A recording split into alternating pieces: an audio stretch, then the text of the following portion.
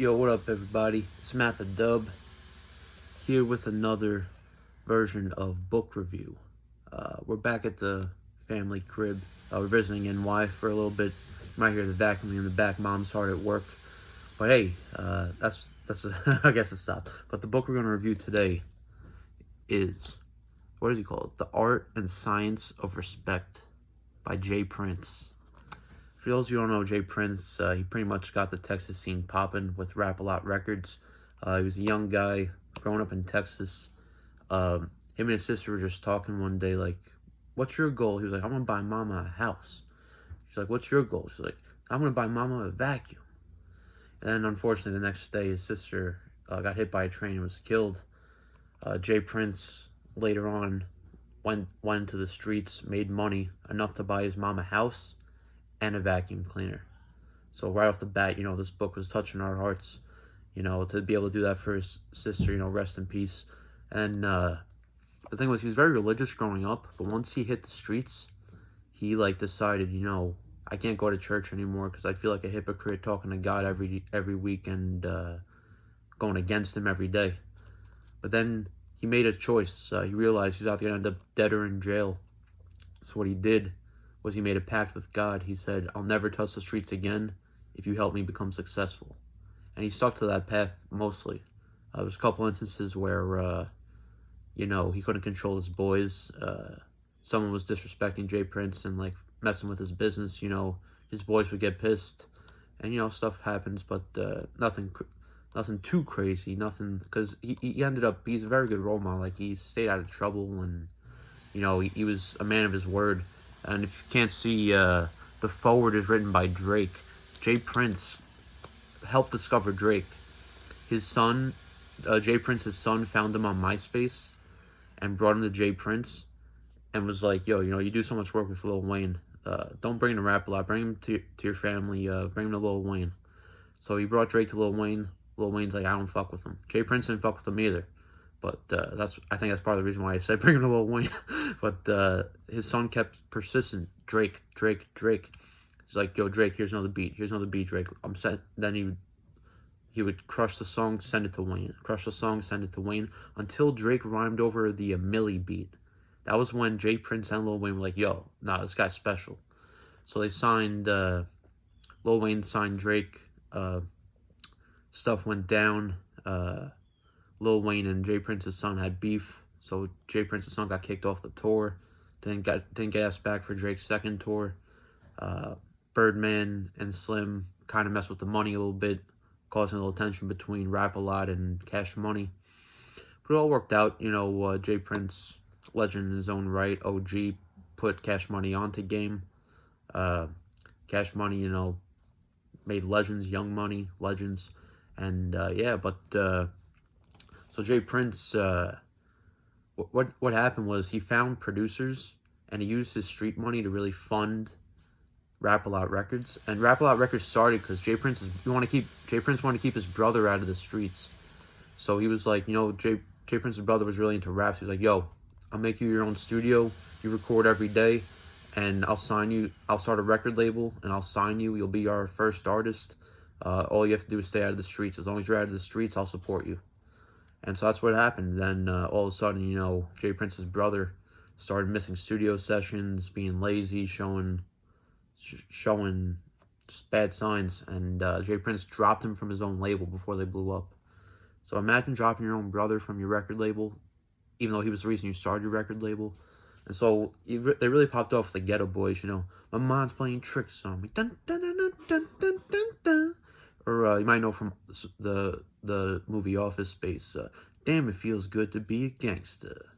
That's all Jay Prince, Ghetto Boys. And Jay Prince had the Ghetto Boys. I'm pretty sure his brother was in the Ghetto Boys at first. Then he literally fired all the Ghetto Boys and got a whole new crew. I think Bushwick Bill was an original member. I don't know if he was an original member, but he was down with Rap-A-Lot before Ghetto Boys became the Ghetto Boys. So he had Bushwick Bill, Willie D, and the legendary Scarface. The story of how he got Scarface, Scarface was signed to another label. He was going by a different name. Jay Prince immediately saw something in Scarface and was like, yo, I'm getting you off that label. You're coming with me. You're going to be part of the Ghetto Boys. And the rest was history. I had to pay a little money for that, burn a little bridge, but,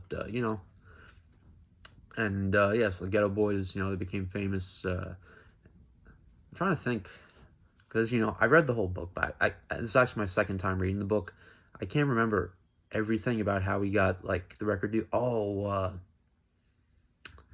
So they had the first album out. It did pretty well, but then it got the attention of Rick Rubin, and they formed a deal with, after Rick Rubin parted with Def Jam and started Def American, they had a distribution deal to put out the Ghetto Boys' second album, I think it was. I don't think it was the first thing, it was the second album. So it was distributed through Rick Rubin. Jay Prince didn't like something about the way they were handling business, so he ended up asking Rick Rubin to get him off the label for that second album. Yeah, so I'm pretty sure it's the first album that Rick Rubin distributed them. But then, yeah, so he's worked with legends. He actually, before the Ghetto Boys popped off, Jay Prince moved from Houston to New York with the Ghetto Boys and like the Rap A Lot crew. And I don't know if you hear people in the background. People are chatting. The house is alive right now, people. But, yeah. So he moved to New York and just straight up picked up game from Liar Cohen, who, one of the GOATs in the record industry, executive-wise. And he put Jay Prince onto so much game. Jay Prince was able to, do his thing and pick up game and bring it back home to Houston. He decided, guys, I'm moving back to Houston. They're like, why are you moving back to Houston? We're staying here. That was also part of the reason why Rap A Lot and the Ghetto Boys made some big changes. And, yeah, so, the rest was history. He ended up signing a lot of great Houston acts, a lot of Texas acts. UGK was with them at some point. So, he really made a move. He set out to create a movement in Texas, and he did. And that's why Birdman and Slim reached out to him. And Jay Prince recognized, Birdman and Slim are trying to do the same thing in New Orleans that I did a few years back in Texas. So that's why he helped them out so much. Drake came out of that deal, so, fire. And he ended up, he also loved boxing. He got into boxing. He discovered Floyd Mayweather. I was telling my boy Dr. T and the women about this because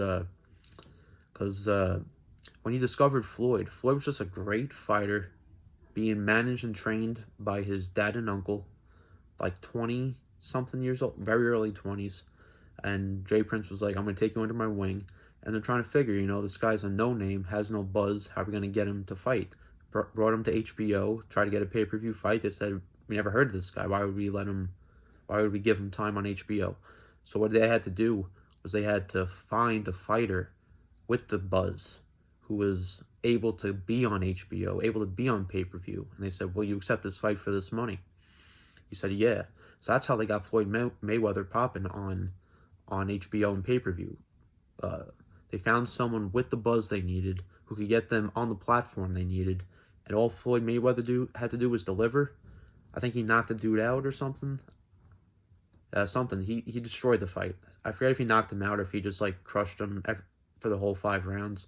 But he destroyed him and immediately built that buzz for himself that first night.